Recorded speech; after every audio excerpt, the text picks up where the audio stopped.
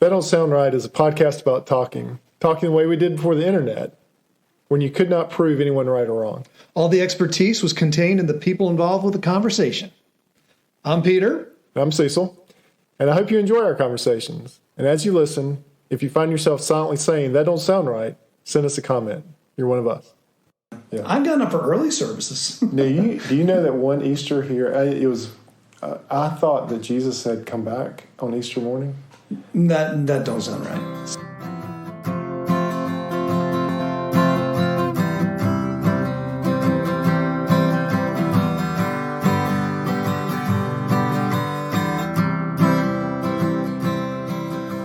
Welcome back to another episode of That Don't Sound Right, a podcast about talking. We're your co-hosts. I'm Peter Bielman. And I'm Cecil Davis. And we are just trying to have a conversation without Googling or fact-checking or any of that stuff that can easily kill the conversation. We might be saying something that isn't entirely accurate, and hopefully one of us will point that out. But if not, we're counting on you, the listeners, to maybe shoot us an email and let us know that we said something that don't sound right. And this week we're going to do what we've done now for a couple of the holidays, because this podcast will come between the crucifixion, the remembrance of the crucifixion, and Resurrection Sunday, which we'll explain a little bit of that in a minute. So we did a Christmas episode like this where we talked about Joseph and said that when Mary said that she was pregnant with the Son of God, that probably didn't sound right to him. And that he wasn't the father. He said, wait a minute, that don't sound right. Well, you know, the reason we first started this last Easter. Right. We had just started the podcast, and we kind of realized that there's several things about the Christian faith that just don't sound right. Right. So Joseph pointed out one of those, right, Joseph? And then we did, last year we did the disciples not believing the women coming from the tomb. In fact, they almost said that don't sound right to the women. They probably did in their own way. In their own way. I mean, when you think about a religion that is dependent on a person being raised from the dead, questions are asked. Yes. You should be curious. We should all be curious about something like the resurrection of the dead. We should be curious about that. And we should be curious about a God willing to sacrifice his son for the sake of some rebellious people like you and me. Yes. That don't sound right. So it kind of fits into our podcast. It kind of fits into our brand. And, you know, you could Google it. We're going to try to use what we know about the Bible. Right. We should be pretty good since we're both elders. We should be able to speak a little intelligently on this, but there's a lot of mystery behind it. There's a lot of details behind it, and we think it's worth talking about tonight. Yeah. So we're talking specifically about doubting Thomas, which has made its way into the lexicon. So even if you're not a religious person, you've probably heard someone called a doubting Thomas. Or you may have said, you know, oh, you're a doubting Thomas, when someone doesn't believe something they've not seen. That's right. And so we can. He was probably one of the first guys that says that don't sound right. Yeah. In fact, I got to see it to believe it. Yeah. And so leading up to that, if you don't know, if you're not, like I said, if you're not religious necessarily, this is Holy Week. And so that's leading up to Resurrection Sunday, or Easter, as it's commonly called, which is odd because I think Easter is not a term from Christendom. And then, so the days that I know of leading up are Monday, Thursday. Right. So Monday, Thursday. So interesting thing about the word Monday, it's kind of it comes from an old French word that came from a Latin word, which means mandate. See, I didn't know what Monday stood for. So it comes from mandate. So Thursday is basically when Jesus had the Last Supper. That happens on Monday, Thursday. And this is where he washed his disciples' feet, and he issued a command. And he said, love one another. And so that's the mandate. The Monday. The Monday. Okay. The Monday. Yeah, sorry. The Monday, the Monday. I learned something. There you go. We can go home now. So there's he issues a new command to love one another as he has loved his disciples. And so that's Monday, Thursday. Then there's Good Friday, and then the next day. What happens on Good Friday? Good Friday is the when we remember the crucifixion. Interesting. That's called Good Friday. I'm assuming that's called Good Friday because of what it did for sinners. That's right. Okay. And then the curtain was torn. The curtain was torn in the temple. And then there's the Resurrection Sunday. Right. And there's other days. I mean, because if in popular culture, lots of people know about Fat Tuesday and Mardi Gras and Lent. And, right. Even those two things precede Lent. And Ash Wednesday also precedes Lent. Yeah, and so they, probably Mardi Gras is the most famous of those celebrations, and that's all prior to Lent, right? For leading up to Fat Tuesday. Mm-hmm. Yeah. So I guess the biggest one in the U.S. is what, New Orleans? Right. Yeah, but there's other Fat Tuesday celebrations, right? There are other Mardi Gras. Oh, I'm sure there are. I'm sure there's. I guess Rio has a big one. Carnival is that in that? I think that's part of Mardi Gras, part of Fat Tuesday. Yeah. So I grew up Southern Baptist, so we didn't necessarily recognize all of those days. Presbyterians, not much either. Yeah. So, but we do recognize Monday, Thursday, Good Friday, and of course Resurrection Sunday. Right. But today's story is about Thomas, who was one of the 12 disciples. In fact, he was called the twin. No, I don't. He was called the twin? Mm-hmm. Thomas was called the twin. I don't remember that fact about him. Yeah. I'm assuming he was a twin. With somebody else, not a disciple. No. So this is right after the disciples said, that don't sound right.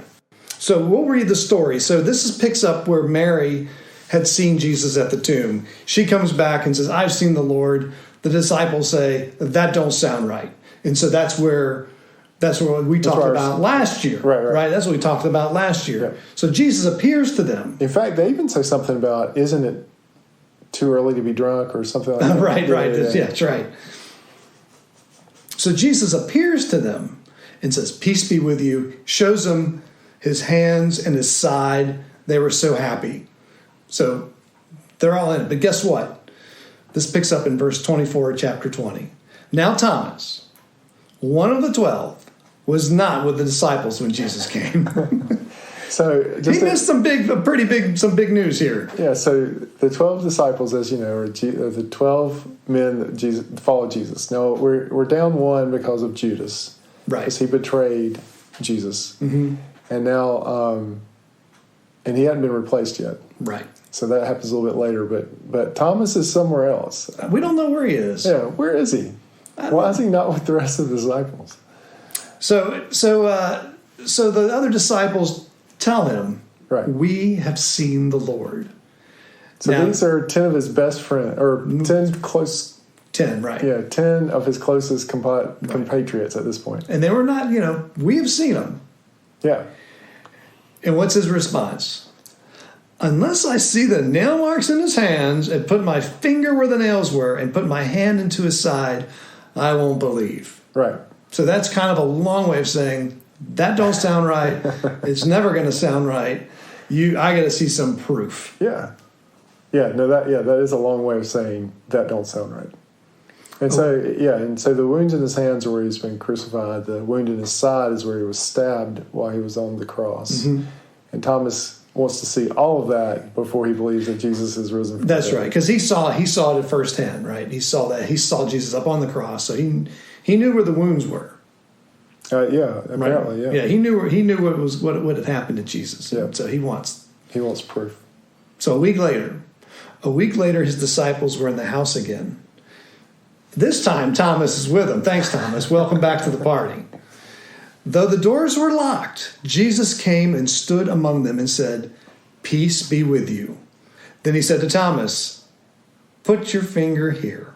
See my hands. Reach out your hand and put it into my side. Stop doubting and believe. Thomas then said to him, my Lord and my God. Then Jesus told him, because you have seen me, you have believed. Blessed are those who have not seen and yet have believed. So now the disciples have been working on Thomas for a whole week. That's right.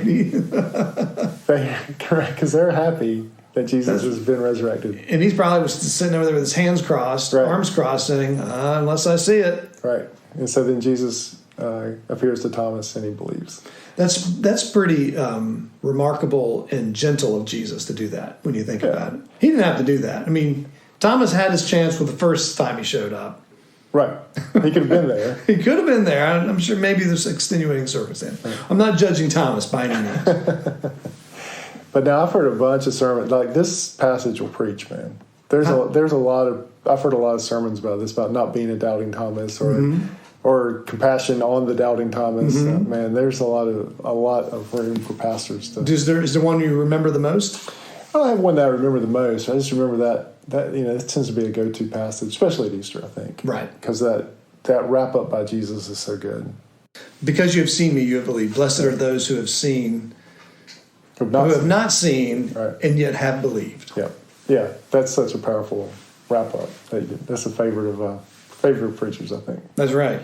And then this is the end of John. Oh, really? That's the end of John chapter 20, not the end of John, but the end of chapter 20, where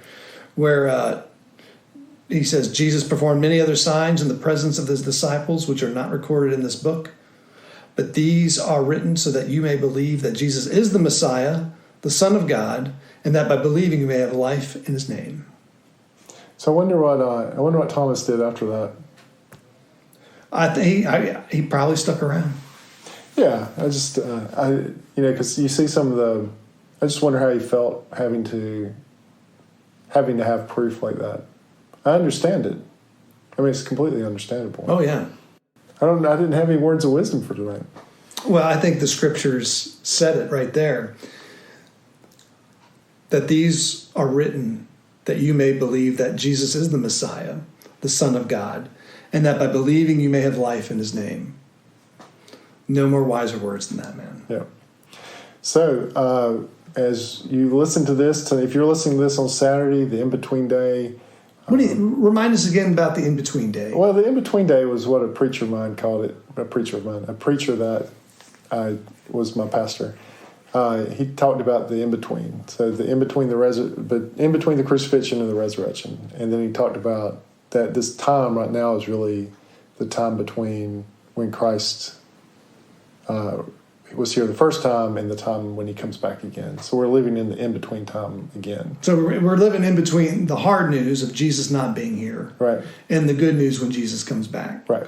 And then this story, the time between Friday and Sunday is the in-between time for when he was crucified and when he was resurrected. Yeah. And so it's this living in the in-between is where we are. Both in the story of the crucifixion and the story of his return. So that's always just stuck with me. And so as you listen to this on Saturday night in the in-between time, I wish you a happy Resurrection Sunday tomorrow. And if you haven't found a place to go anywhere. Go find a place to worship. Go find a place to be with other Christians and see what it's all about. Yep. Because that's what we're about, staying curious. So do you ever do sunrise service? I've never gotten up for a sunrise service. Ever? I don't know that I have either, actually. Maybe once or twice. I've never gotten up for a sunrise service. No, my granddad Shaw, he used to go to them. Really? Yeah. I've gotten up for early services. Do you know that one Easter here, it was, I thought that Jesus had come back on Easter morning. That don't sound right. So I didn't know. So we were living where we live now. All right. The people that lived across from us were part of Home Moravian Church. Yeah. If you don't know what Home Moravian Church does on Easter morning before daybreak, let me tell you what they do.